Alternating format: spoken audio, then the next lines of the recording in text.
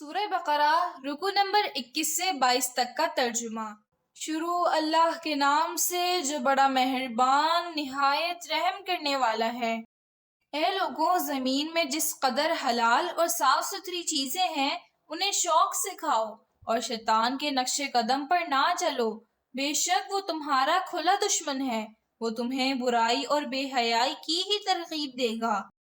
اور یہ کہ تم سے اللہ کے متعلق وہ باتیں کہلوائے گا جن کا تمہیں علم تک نہیں، اور جب انہیں کہا جاتا ہے کہ اللہ نے جو کچھ نازل کیا ہے اس کی پیروی کرو تو کہتے ہیں کہ ہم تو اس راہ پر چلیں گے جس پر ہم نے اپنے بڑوں کو چلتے ہوئے پایا۔ تو کیا اگر ان کے بڑے کسی بات کو نہ سمجھتے ہوں اور راہ راست پر بھی نہ رہے ہوں تو بھی یہ انہی کے طریق پر چلیں گے، اور کافروں کی مثالیں اس شخص کی سی ہے جو ایسی چیز کے پیچھے چلائے جو سوائے پکارنے اور چلانے کے کچھ نہیں سنتی سمجھتی۔ یہ لوگ بہرے، گونگے اور اندھے ہیں، سو یہ کچھ نہیں سمجھتے۔ اے ایمان والو، ان پاکیزہ اور حلال چیزوں میں سے جو ہم نے تمہیں عطا کی ہیں جو چاہو کھاؤ اور اللہ کا شکر بجا لاؤ۔ اگر تم صرف اسی کی بندگی کرنے والے ہو،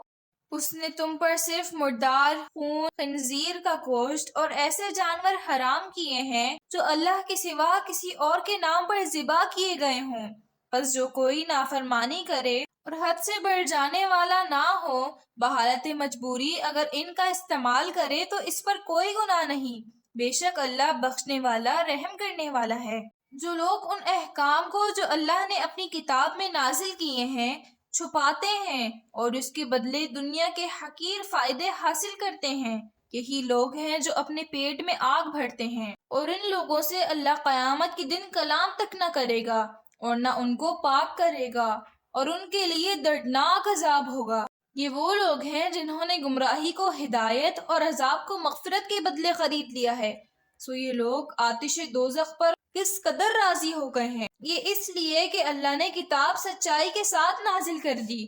اور وہ لوگ جنہوں نے کتاب میں اختلاف کیا بے شک وہ پرلے درجے کی ضد میں اڑے ہوئے ہیں۔ صرف یہی نیکی نہیں کہ تم نے مشرق کی طرف منہ کر لیا یا مغرب کی طرف، ہاں نیکی تو یہ ہے کہ کوئی اللہ پر، روز آخرت پر، فرشتوں، کتابوں اور نبیوں پر ایمان لایا، اور جس شخص نے اللہ کی محبت میں اپنی قریبی رشتہ داروں، یتیموں، مسکینوں، مسافروں، سائلوں اور غلاموں کے آزاد کرانے میں مال خرچ کیا، اور جو نماز کی پابندی کرتا رہا اور زکوٰۃ دیتا رہا، اور جو لوگ عہد کر کے اسے پورا کرنے والے ہیں اور تنگ دستی اور تکلیف میں اور جنگ کے وقت ثابت قدم رہنے والے ہیں، یہی لوگ سچے ہیں اور یہی پرہیزگار ہیں۔ اے مومنو، مقتول کا بدلہ لینا تم پر فرض کیا گیا ہے، اس طرح کہ آزاد کے بدلے آزاد، غلام کے بدلے غلام، عورت کے بدلے عورت، یعنی قاتل جس طبقے سے بھی ہو اسے قتل کیا جائے، پھر اگر قاتل کو اس کے مقتول بھائی کے ورثہ کی طرف سے کچھ معاف کر دیا جائے تو چاہیے کہ دستور کے موافق خون بہا طلب کیا جائے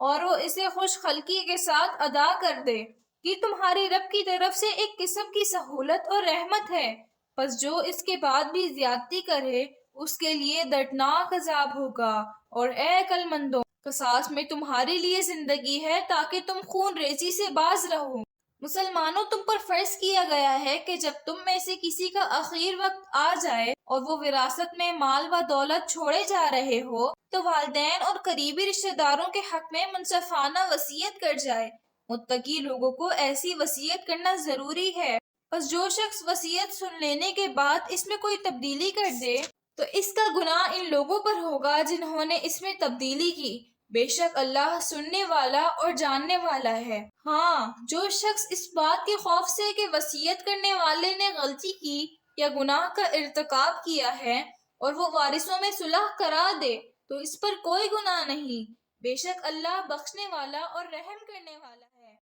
محترم ناظرین، اگر آپ کو یہ ویڈیو اچھی لگی ہو تو اس ویڈیو کو لائک کریں اور ہمارے چینل الاسلام اسلامک 77 کو سبسکرائب کریں۔ ملتے ہیں نیکسٹ ویڈیو میں، تب تک کے لیے اجازت دیجیے، اللہ حافظ۔